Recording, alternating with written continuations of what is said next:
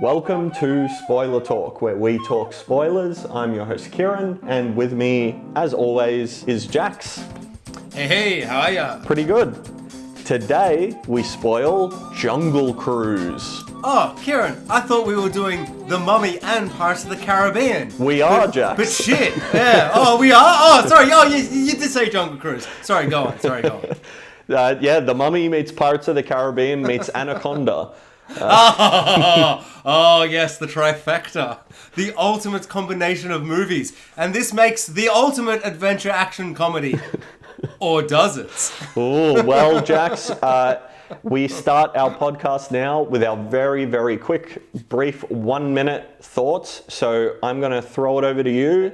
Tell me, what did you think of Jungle Cruise starting now? So I saw the Jungle Cruise trailer and I was like, no, not for me at all. But then I was bored in lockdown. Look at me in lockdown in my bedroom. And I was like, fuck it. I'm just going to goddamn watch this bloody movie. It's on Disney Plus or whatever. I definitely paid for it.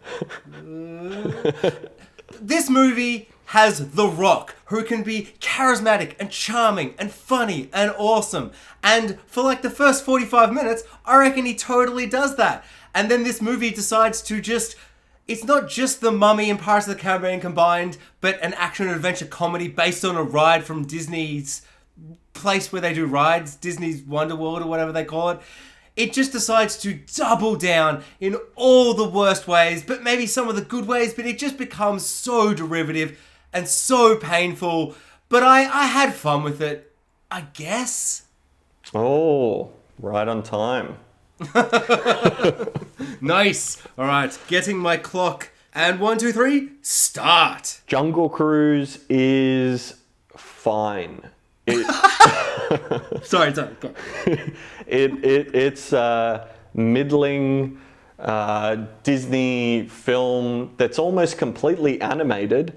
I honestly don't have much to say. I think Emily Blunt and The Rock are the best part of the movie. They are so charismatic, engaging, and just handsome, beautiful people. They sell basically everything good about this movie. This movie is incredibly derivative of so many things in the past, and it doesn't quite live up to any of them. Man, I can't even fill 60 seconds of thoughts about this movie, so I'm just going to kind of waffle on for the last few seconds and say... You've got 7 seconds of waffle. Yeah, waffle. It's okay. And you're out of waffle time. Love it. Oh my god. So we could just end the episode right now by saying it's The Mummy, but fine, but...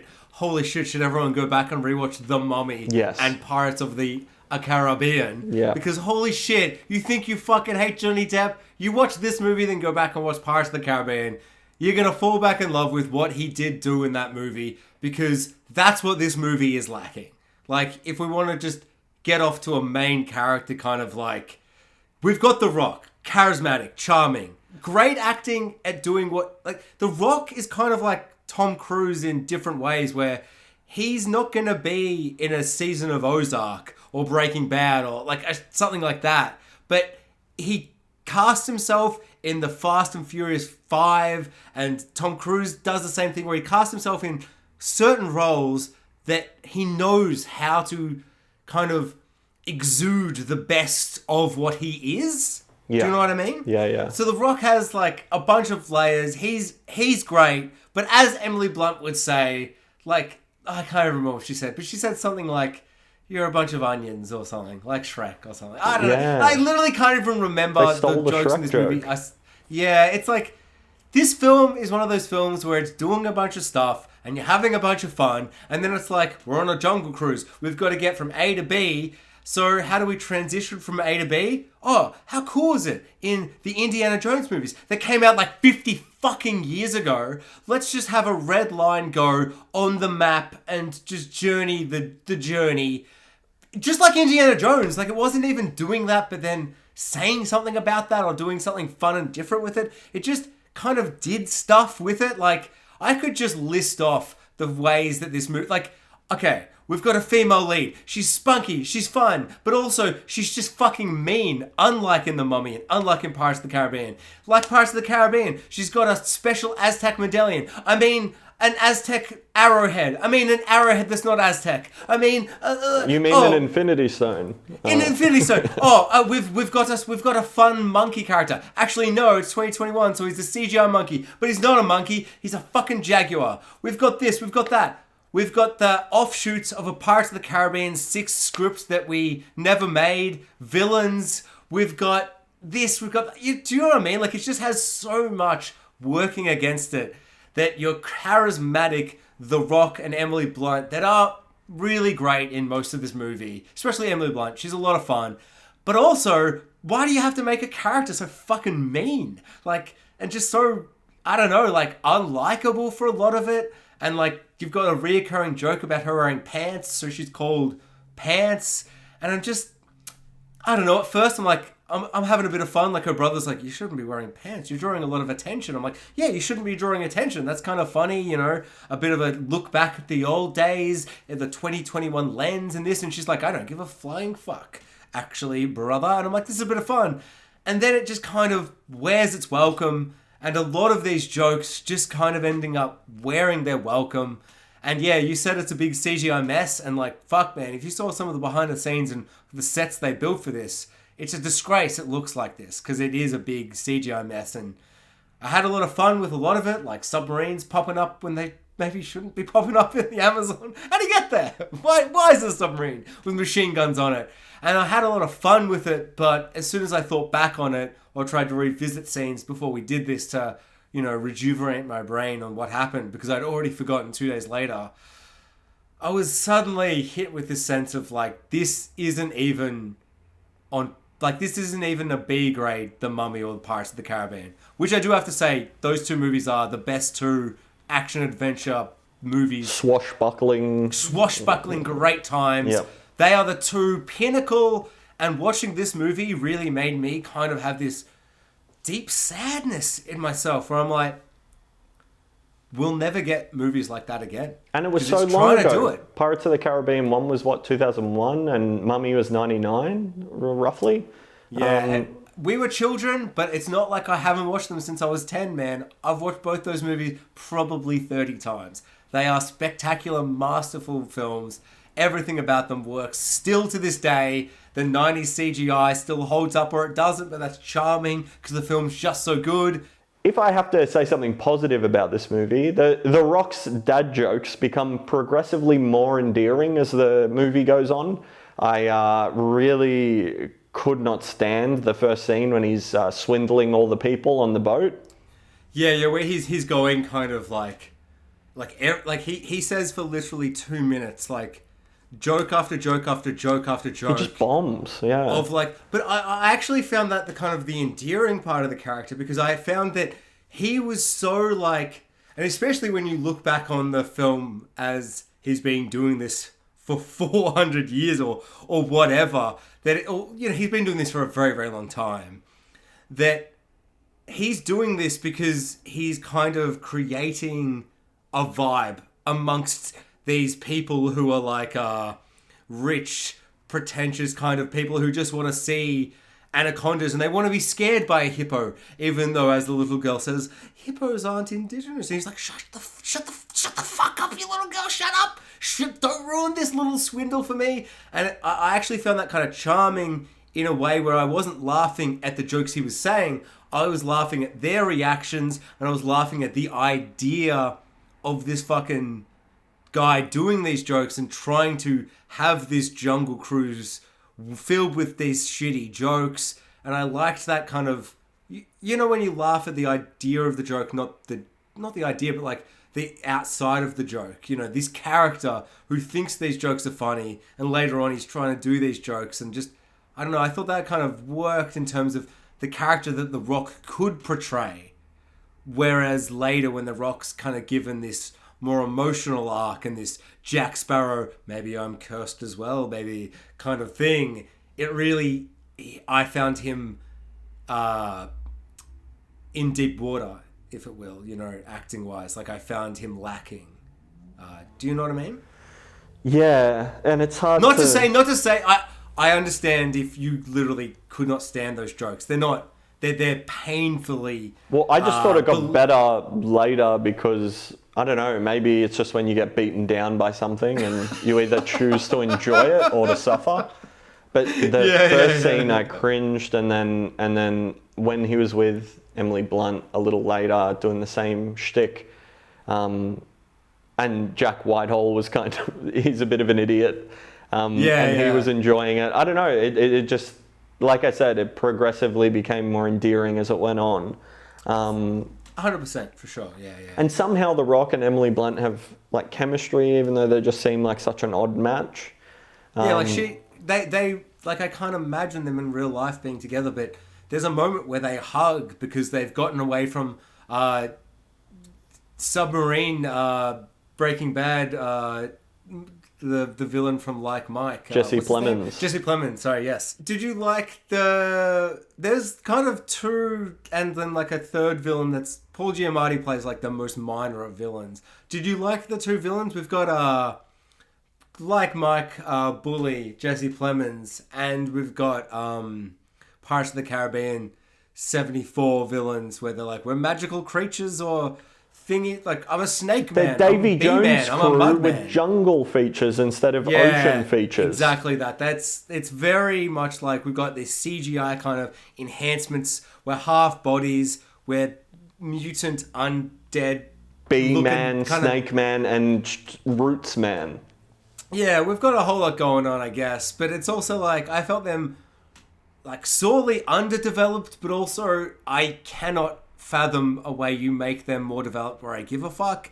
I think that once you get into it, where it's like, there's a moment in this movie where The Rock gets like, I can't even remember, but it's like, he gets like shot in the head or something, and he falls down like 40 stories, just the same exact, like, hits a rock, hits a thing, hits another thing. Yeah. It's the exact same ragdoll fall down a mountain that Black Widow gets in the Black Widow movie, but she falls on her feet and then goes, my side. And in this, he just smashes the water and dies, and you go, oh, he died 45 minutes into the movie. But you're like, I don't know, I was just like, okay, I guess this movie is just The Hobbit, where people can tumble down giant things like this, like Bilbo Baggins does in the first one, but then he's going to be talking to Gollum 10 minutes later, and he'll be fine. But then it's like, actually, no, twist. He was dead, but twist, he's undead. And then suddenly I'm like, oh my God, we need someone who can act properly.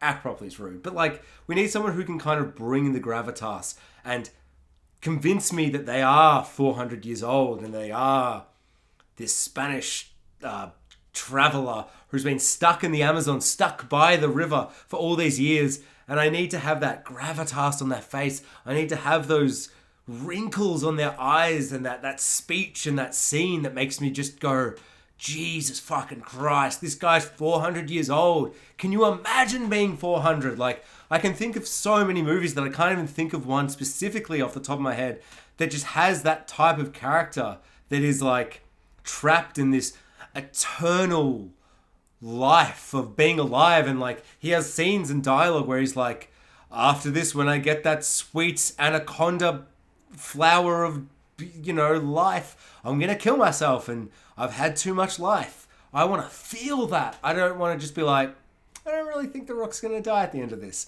and have that be the only thing that I'm thinking of.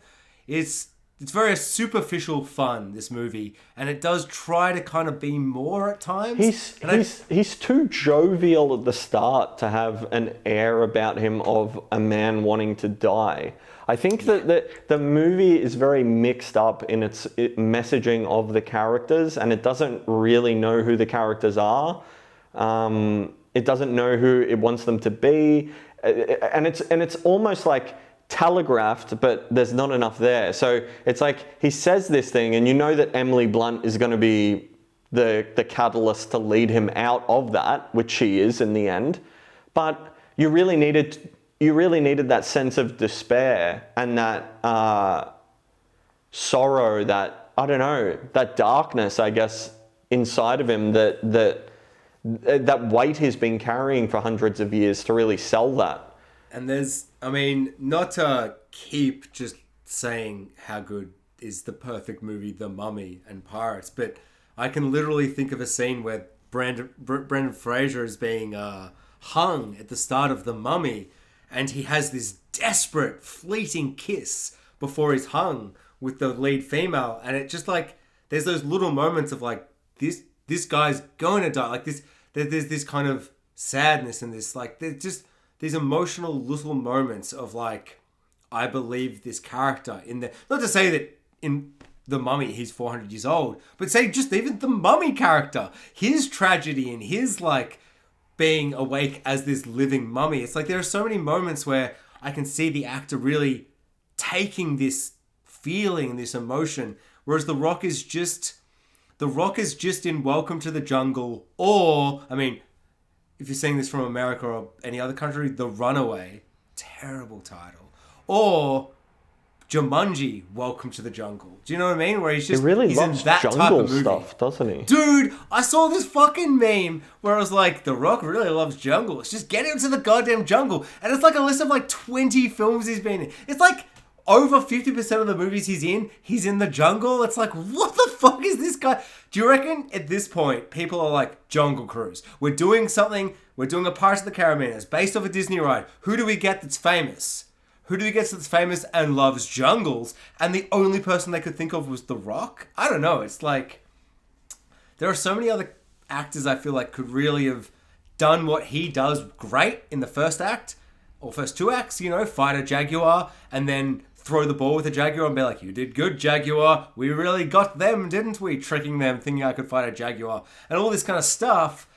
And then really give us that kind of third act, kind of like, oh man. It's just all very generic, very...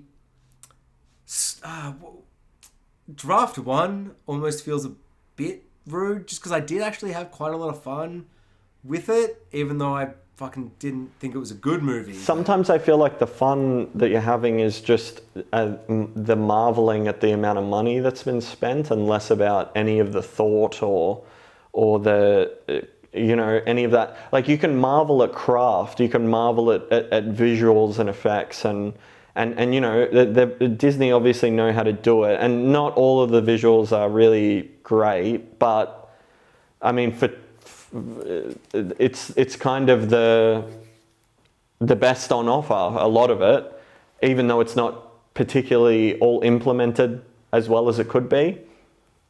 I thought the best thing visually about the movie for me, and the reason most of the visuals were sold, was that the lighting was really great. Considering most of this movie was probably filmed inside on a studio lot, I thought they sold that sunlight effect really well. They allowed highlights to be blown out. It sold the visual effect really well. I just kept noticing the lighting, and yeah, and this is something like you don't even have to worry about in The Mummy and Pirates of the Caribbean, because they're just filming outside. So I wouldn't even be able to give the compliment to those movies, because they did the intelligent thing and just went outside and shot. So when they're on an actual pirate ship outside, they don't have to fake it and make it look good. But if I'm giving this movie a compliment, it's that it's bogged down by all of this, like the fact that it's been shot inside and it's all CGI green screen, but they at least sold the lighting. They did that well. Yeah, just in terms of talking about things that we enjoyed, there was one scene in this movie that I really, really enjoyed.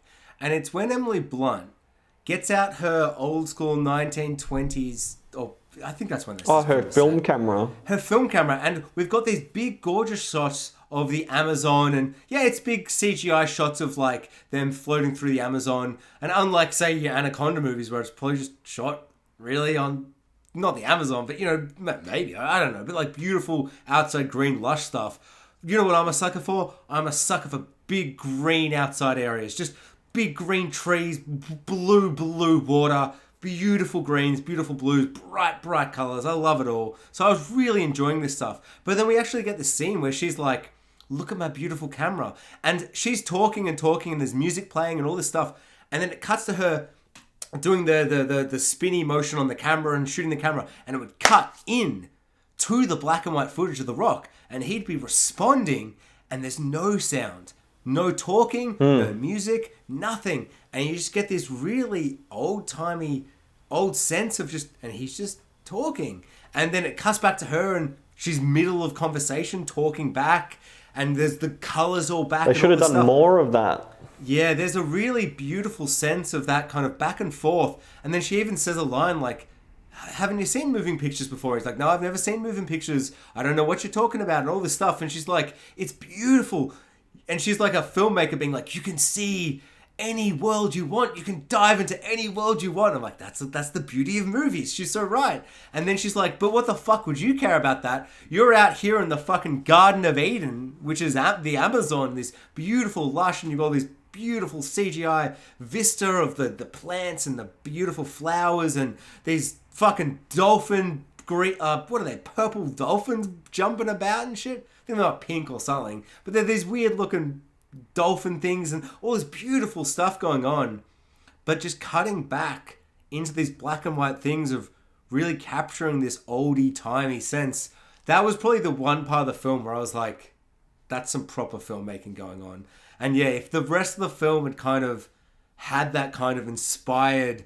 And I actually think there's a later part of the film where she's using that camera and filming down in the bowels of the ship to get some important information out of one of his maps. There's actually music playing, like suspenseful music, and I'm like, no. When she's filming, there shouldn't be any music. Yeah, that was the whole shtick. That was the whole shtick you were doing before. Like, you've abandoned the filmmaking technique you did before, and there's nothing like that in the third act. Like, that doesn't come back in any way, and this, yeah, it almost felt like they accidentally made a beautiful scene rather than they intended for it to be so powerful. Because I really liked that.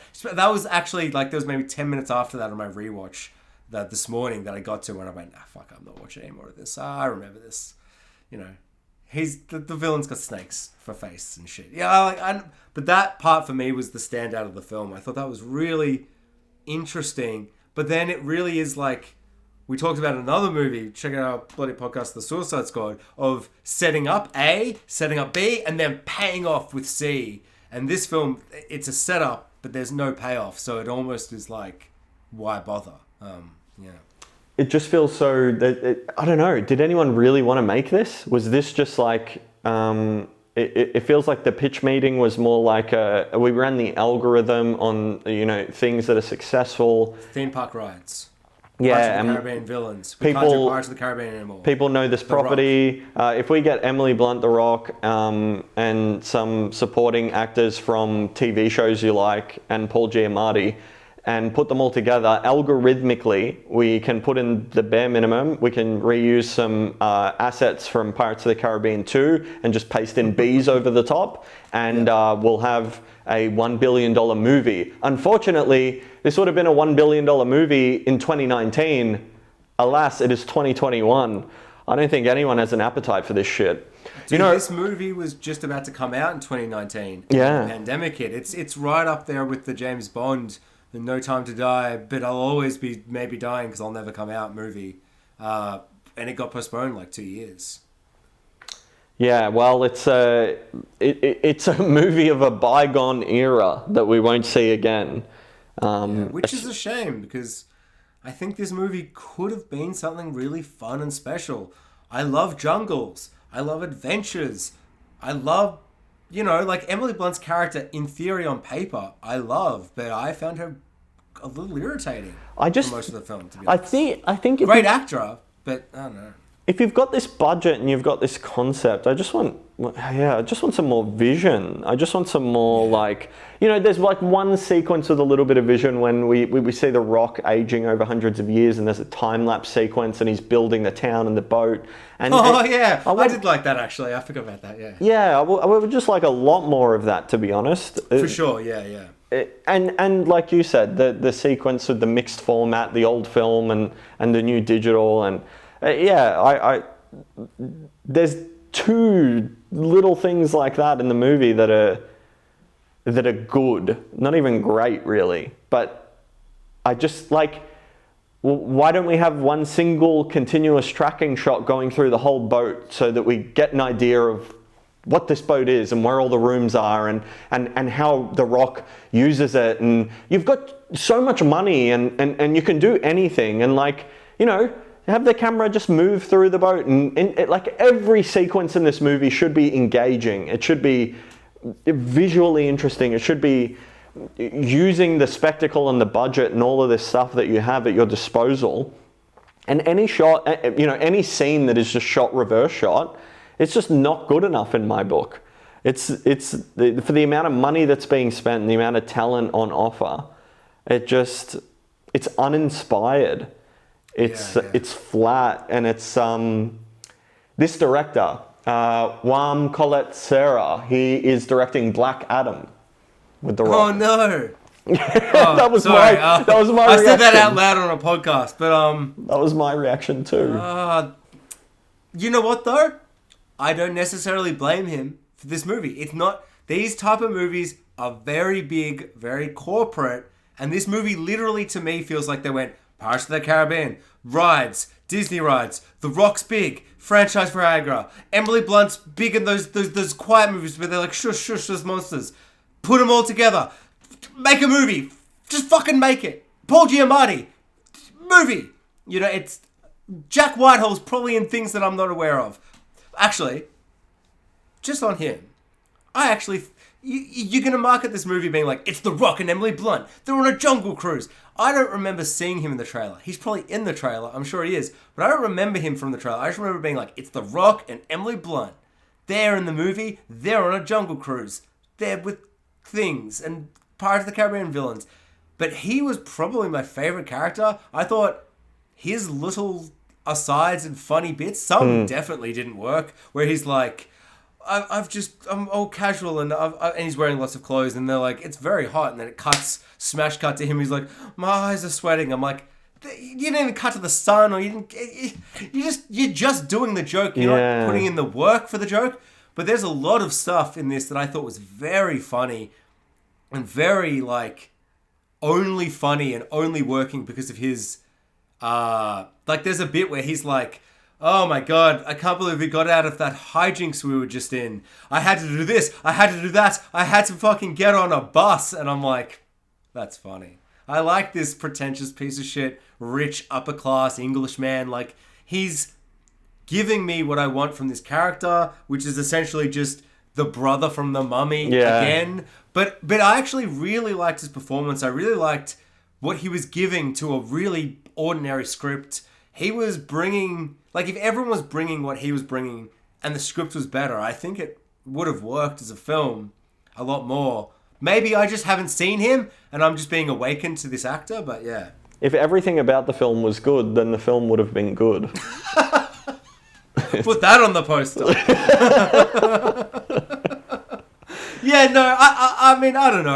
I'm not saying he's a fucking, like, I know. miracle I'm in a being bad film. Smartass, yeah. No. It's this film deserves fucking trash talk. We're being generous, really. Like, yeah, I didn't realize how little I wanted to talk about this movie until we started talking about it. They even rip off the Rachel Weisz sequence from The Mummy, but do it so much worse. Like, do you mean the amazing sequence in The Mummy where she knocks down all the bookcases like dominoes? Oh my god! Not just a funny, amazing introduction to an adorable, beautiful, amazing, smart character, but a feat of filmmaking. Yes. To get all those bookcases just go boom, boom, boom, boom, boom, boom, boom, domino style in a shot. Oh, what? Everyone, stop listening to our podcast. Let the download keep playing and download the rest of our episodes and go back and watch The Mummy. God damn, that movie's so good. It is. Honestly, this movie really made me go, you know what? I love The Mummy and Pirates so much.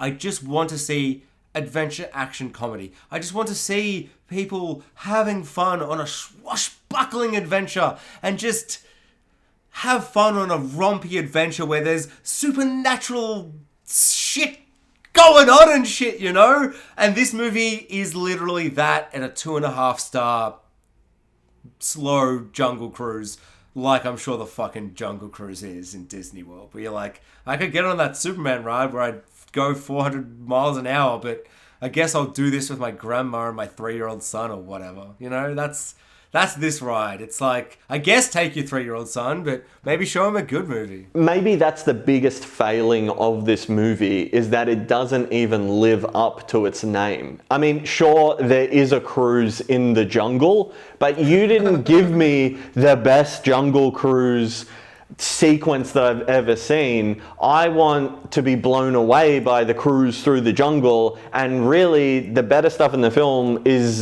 it doesn't have to do with that. Like, there's not a real big, the closest thing to like a jungle cruise sequence is like the obligatory waterfall moment that they don't go over the waterfall and narrowly escape, that I've just seen in 15 films before. All done better. Like, the Jungle Cruise movie didn't give us a Jungle Cruise sequence that I can even remember. They're just constantly, slowly wading through the same looking, 1 mile stretch of river.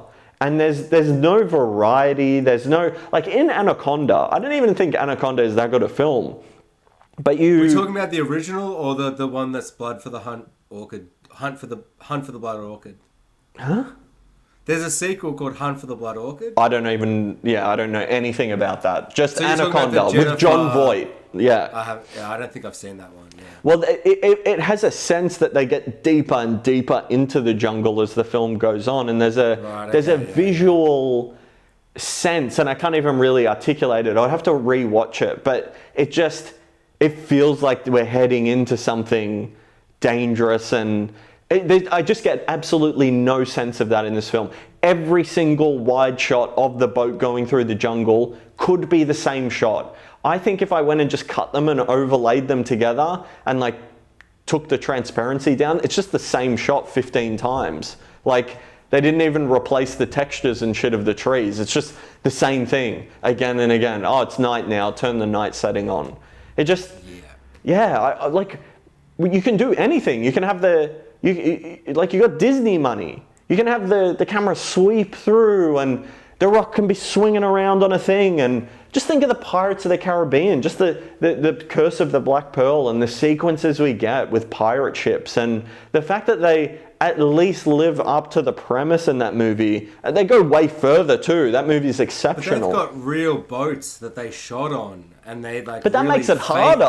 But I'm just saying that they have like the ability to just show a boat in the water, and you're like, Jesus fucking Christ, look at that fucking Black Pearl. But they had a boat in the harbour they shot out with like. But also you have Gore Verbinski's sense of like momentum and the sweeping helicopter shots and the incredible sense, like someone who is captivated by this, someone who has thought about this, someone who is like riveted to their core by the idea of like two pirate ships, sailing next to each other and people swinging across, and I take for granted those movies. They're 3 of my favorite movies. The Mummy gives us incredible mummy sequences. It pushes visual effects forward. It still holds up. Visual effects from 1999 still hold up to this day, and there's still incredibly riveting action sequences that we have. There's absolutely nothing in this movie. I actually regret in our opening 1 minute thoughts that we do. If I did it again now, I would be so much more scathing, because I think I've just realized how utterly disappointed I am by this whole thing. It's fine. It's a movie, and if you want to watch a movie and just kind of like, when I watched it, I got home from work, I was tired, I was just like, I just want to put on a thing, and I was like, oh fuck yeah, Jungle Cruise is the thing that exists. I was eating a beautiful HSPs from my local place that I get the HSPs from, and I had a beer and I watched the movie and I was like, oh, fuck, I actually enjoyed this. But I thought it was going to be a piece of shit. So expectations, one thing. And also, And it's not a piece of shit. It's a fun, silly, dumb movie that has scenes where The Rock fights a CGI Jaguar. Then 10 minutes later, he's like, lol, we got that stupid Emily Blunt, didn't we? I'm best friends with the Jaguar. You're my favorite pet. But honestly, the first hour probably got me more than the rest, because I probably kind of sobered up to the idea that I'm like, is this? But I'm already in at that point, So it is what it is. It's filled with CGI, and honestly, if you love The Mummy and Pirates, you're either gonna fucking despise this because you just wish it was better, or you're gonna be like, you know what? I love adventure action shenanigans, and this is technically, at the barest sense, action and shenanigans, and they're adventuring across things, and I do think Jack Whitehall? Am I saying that right? Whitehall? Jack Whitehall. Yeah. Yes. Whatever. That fucking guy. He's quite funny. There's a bit where he's like, I've got to bring all my suitcases onto the boat. Dinner isn't the same without a dinner jacket. And I'm like, what a piece of fucking shit. He's the funniest part of this movie, and it's definitely. It's also the least funny I've ever seen Jack Whitehall. Oh, that's super exciting to hear. Yeah. I mean, because I honestly have no idea who that guy is. But it felt like I was either being awakened to someone who's in popular culture and all these things I just haven't seen, or I'm seeing a guy, like, break out. You know what I mean? Like, I mean, obviously, if he's been 50 things, that sounds like a dumb thing to say. But after the podcast, hit me up with some Jack Whitehall to see. Yeah. I'm super keen. I love that actor. Yeah. Do you have your minute spiel of hatred? I've hyped it up too much now. Yeah. Well, I got really angry, and then I thought I like really hated it, and then you kind of just reined me back in, and then again, you made me see. Okay, well, you know, I did watch the whole thing, and I didn't get angry. And movies that frustrate me make me angry while I'm watching them, and nothing really did. It was brisk, and it was a very light trek through an uninteresting jungle. And that was made in a computer, and you know, the three lead performances are just, maybe they have enough built up credibility from all of the amazing stuff that they've done in the past that it's enough, yeah? Like it's just enough to watch, and now I can forget about it and pretend that it never happened. Yeah, exactly, yeah. It's just one of those movies where you're like, I watched it, and maybe in a couple of years, I'll be like, I need to do the dishes, but also the TV's in the same room. Nah, the Mummy's going on, man. The Mummy is going on. Yeah, well, I just presumed you already watched the Mummy 3 times that week, so you needed a break. And you wanted some more adventure action comedy. I need to remember why the Mummy's so good. I'm going to put Jungle Cruise on. Yeah. You watch the Mummy and you're like, oh, it's a 4.75 out of 5 stars. I'm going to do it. And then you need to watch this to remember it's a 6 out of 5 stars movie. Yeah. I'll do a shit sandwich. I'll watch the Mummy, Jungle Cruise, and then Pirates of the Caribbean. Yeah? That's the ultimate shit sandwich! And that's the most positive review you'll get of Jungle Cruise. It is a delicious piece of shit in the sandwich that is adventure action comedies. Yeah, it's not great, is it? But the Rocket, I don't know. I think you've turned me back around. Maybe it's no good at all. Did that Jaguar even look good? Yeah. No, it looks expensive. It looks, dude, it looks so expensive, yeah. So much money in one animal. That's fine. Yeah, and I'm so much less excited for Black Adam now. Yeah, no, but... maybe it'll be good, maybe. But also, I don't care about Black Adam. I don't... That's true. I really think he should just be in Shazam 2 as the villain. Like, who's the villain to Shazam 2? Not The Rock? Should just be The Rock. He's going to be a hero? I'd rather be the villain. No? Yeah. I don't know. You just want to see The Rock bash all the Shazams up, yeah? Dude, the start of Shazam 2 should be The Rock rocking up and being like, hey, I'm charismatic The Rock. But twist, I'm the villain. And then he snaps the neck of all of the Shazam fucking family. Because fuck all of them. And then he's like, Shazam, you and me, let's fucking fight. And then that's the Shazam movie. That's the movie I want to see. I have been saying for a long time that I think that they should make villain films that then lead into the hero film. So... But not anti-hero villain films. Not Venom, not Suicide Squad. Like, you're talking... villain films, yeah? Yeah, like, because Black Adam is the villain of Shazam. So, like, if they do a whole villain film and then we get Shazam 3 and then he's in that, I think then, you know, we've had 2 Shazam films and we've had our Black Adam film and then we get to watch them go to war. You know, that would be... It's like a just smaller version of the Avengers, and luckily Avengers, but with a Thanos movie before, so yes. Yeah, and really they kind of tricked you. Like Infinity War ended up being the Thanos movie. Like when you don't even realize it when you're watching it, and then it's done, and you're like, oh, Right, this was the Thanos film. He's the hero. He's the guy. And luckily, the first Avengers had the benefit of the charismatic Tom Hiddleston and Loki, and that being like a runaway part of Thor that they very, very intelligently wove into the Avengers, which added so much. But I think that's the way to go. I think the Joker's proven it. I honestly think, for the most part, villains are as popular, if not more popular, than the heroes they accompany. Oh, more popular by far, bro. Like, I think The Dark Knight proved that like 45 fucking years ago. Everyone saw that movie and went, oh my God, I love the Joker. Who even remembers who was Batman in that movie? Like, Batman 1989... The Dark Knight, yes, and Suicide Squad, all three of them, because of the Joker, that's why they made so much money. That's why they... meant that Suicide Squad, yeah. Yeah. I said, oh yeah, I've just got to preface that I didn't think he was talking about that movie when I did my... Oh, yeah. What I was getting at is, it's not Batman that makes Batman... like a cinema, like what draws everyone into the cinema is not just to see Batman. Like if you just make a Batman movie or you just make a Superman movie or something like that, you'll get a decent return on your box office. Batman Begins made $300 million. Not bad.